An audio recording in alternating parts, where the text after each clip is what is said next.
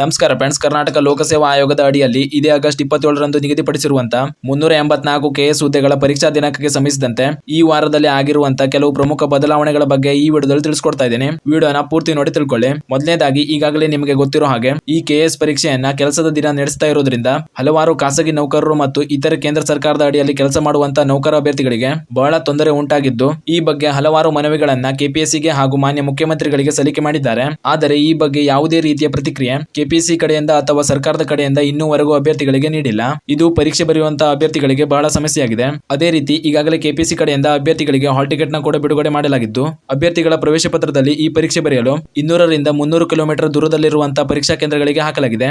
ಇದರಿಂದ ಹಲವಾರು ಅಭ್ಯರ್ಥಿಗಳಿಗೆ ಬೇರೆ ಜಿಲ್ಲೆಯ ಕೇಂದ್ರಗಳಿಗೆ ಹೋಗಿ ಪರೀಕ್ಷೆ ಬರೆಯಲು ತೊಂದರೆ ಉಂಟಾಗಿದೆ. ಇದು ಕೂಡ ಕೆಪಿಎಸ್ಸಿಯಿಂದ ಆಗಿರುವಂತಹ ಬಹುದೊಡ್ಡ ಸಮಸ್ಯೆ ಅಂತ ಹೇಳ್ಬೋದು. ಇದರೊಂದಿಗೆ 2017-18ನೇ ಸಾಲಿನ ಅಭ್ಯರ್ಥಿಗಳಿಗೆ ಪರೀಕ್ಷಾ ತಯಾರಿ ನಡೆಸಲಿಕ್ಕೆ ಟೈಮ್ ಸಿಗದೇ ಇರೋದು, ಈ ಪರೀಕ್ಷಾ ದಿನದಂದು ಇನ್ನಿತರ ಬೇರೆ ಇಲಾಖೆಗಳ ಪರೀಕ್ಷೆ ನಿಗದಿಯಾಗಿರುವುದು, ಈ ಎಲ್ಲಾ ಸಮಸ್ಯೆಗಳ ಮಧ್ಯೆಯೂ ಕೂಡ ಅಭ್ಯರ್ಥಿಗಳು ಪರೀಕ್ಷೆ ಬರೀಬೇಕಾಗಿದೆ. ಈ ಎಲ್ಲಾ ಸಮಸ್ಯೆಗಳಿಗೂ ಕೂಡ ಕೆಪಿಎಸ್ಸಿ ಆಯೋಗವು ನೇರ ಹೊಣೆಗಾರಿಕೆ ಆಗಿದೆ ಅಂತ ಹೇಳ್ಬೋದು. ಈ ಎಲ್ಲಾ ಸಮಸ್ಯೆಗಳ ಬಗ್ಗೆ ಪ್ರತಿನಿತ್ಯವೂ ಎಲ್ಲೆಡೆ ಅಭ್ಯರ್ಥಿಗಳು, ಕೆಲ ಸಮಿತಿಗಳು ಮತ್ತು ಜನಪ್ರತಿನಿಧಿಗಳಿಂದ ಕೂಡ ಕೆಪಿಎಸ್ಸಿಗೆ ಹಾಗೂ ಸರ್ಕಾರಕ್ಕೆ ಈಗ ನಿಗದಿಪಡಿಸಿರುವಂತಹ ಪರೀಕ್ಷಾ ದಿನಾಂಕವನ್ನ ಮುಂದೂಡಿಕೆ ಮಾಡಿ ಎಲ್ಲಾ ಅಭ್ಯರ್ಥಿಗಳಿಗೆ ಸೂಕ್ತವಾಗಿರುವಂತಹ ದಿನಾಂಕದಂದು ಪರೀಕ್ಷೆ ನಡೆಸಬೇಕೆಂದು ಹಲವಾರು ರೀತಿಯಲ್ಲಿ ಒತ್ತಡ ನೀಡಲಾಗ್ತಾ ಇದೆ. ಹಾಗೂ ನಿನ್ನೆ ನಡೆದಿರುವಂತಹ ಸಚಿವ ಸಭೆಯಲ್ಲಿ ಈ ಬಗ್ಗೆ ಚರ್ಚೆಯಾಗಿದ್ದು, ನಿನ್ನೆ ಮಾಧ್ಯಮಗಳ ಮುಂದೆ ಮಾತನಾಡಿರುವಂತಹ ಕೆಲವು ಸಚಿವರು ಈ ಬಗ್ಗೆ ಮಾನ್ಯ ಮುಖ್ಯಮಂತ್ರಿಗಳೊಂದಿಗೆ ಈಗಾಗಲೇ ಚರ್ಚಿಸಲಾಗಿದ್ದು, ಪರೀಕ್ಷಾ ದಿನಾಂಕದ ಬದಲಾವಣೆಯ ಬಗ್ಗೆ ಮಾನ್ಯ ಮುಖ್ಯಮಂತ್ರಿಗಳು ಸದ್ಯದಲ್ಲೇ ಮಾಹಿತಿಯನ್ನ ನೀಡ್ತಾರೆ ಅಂತ ತಿಳಿಸಿದ್ದಾರೆ. ಅದೇ ರೀತಿ ಇಂದು ಈ ಎಲ್ಲಾ ಸಮಸ್ಯೆಗಳಿಂದ ಪರೀಕ್ಷೆ ಮುಂದೂಡಿಕೆ ಮಾಡಬೇಕೆಂದು ಇಂದು ಬೆಂಗಳೂರಿನ ಫ್ರೀಡಂ ಪಾರ್ಕ್ ನಲ್ಲಿ ಅಖಿಲ ಕರ್ನಾಟಕ ರಾಜ್ಯ ವಿದ್ಯಾರ್ಥಿಗಳ ಸಂಘದ ಕಡೆಯಿಂದ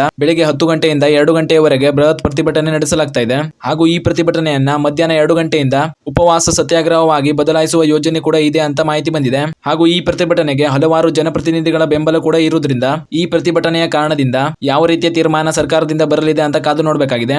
ಆದ್ದರಿಂದ ಈ ಪರೀಕ್ಷೆಯಲ್ಲಿ ಬದಲಾವಣೆ ಬಯಸುವಂತಹ ಅಭ್ಯರ್ಥಿಗಳು ಈ ಪ್ರತಿಭಟನೆಗೆ ನಿಮ್ಮ ಸಪೋರ್ಟ್ ನ ನೀಡಿ. ಯಾಕಂದ್ರೆ ಈ ಪ್ರತಿಭಟನೆಯಿಂದ ಆಗುವ ಕೆಲವು ಬದಲಾವಣೆಗಳು ಹಲವಾರು ಅಭ್ಯರ್ಥಿಗಳಿಗೆ ಅನುಕೂಲವಾಗುತ್ತದೆ. ಆದ್ದರಿಂದ ಇಷ್ಟ ಇರುವಂತಹ ಅಭ್ಯರ್ಥಿಗಳು ಮತ್ತು ಹತ್ತಿರ ಇರುವಂತಹ ಅಭ್ಯರ್ಥಿಗಳು ಈ ಪ್ರತಿಭಟನೆಗೆ ನಿಮ್ಮ ಸಪೋರ್ಟ್ ನ ನೀಡಿ. ಇದಿಷ್ಟು ಈ ನೇಮಕಾತಿಯ ಪರೀಕ್ಷಾ ದಿನಾಂಕವನ್ನ ಮುಂದೂಡಿಕೆ ಮಾಡಲಿಕ್ಕೆ ಅಭ್ಯರ್ಥಿಗಳು ನಡೆಸ್ತಾ ಇರೋ ಕೆಲ ಪ್ರಯತ್ನಗಳ ಮಾಹಿತಿಗಳಾಗಿವೆ.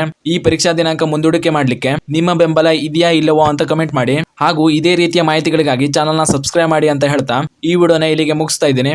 ಧನ್ಯವಾದಗಳು.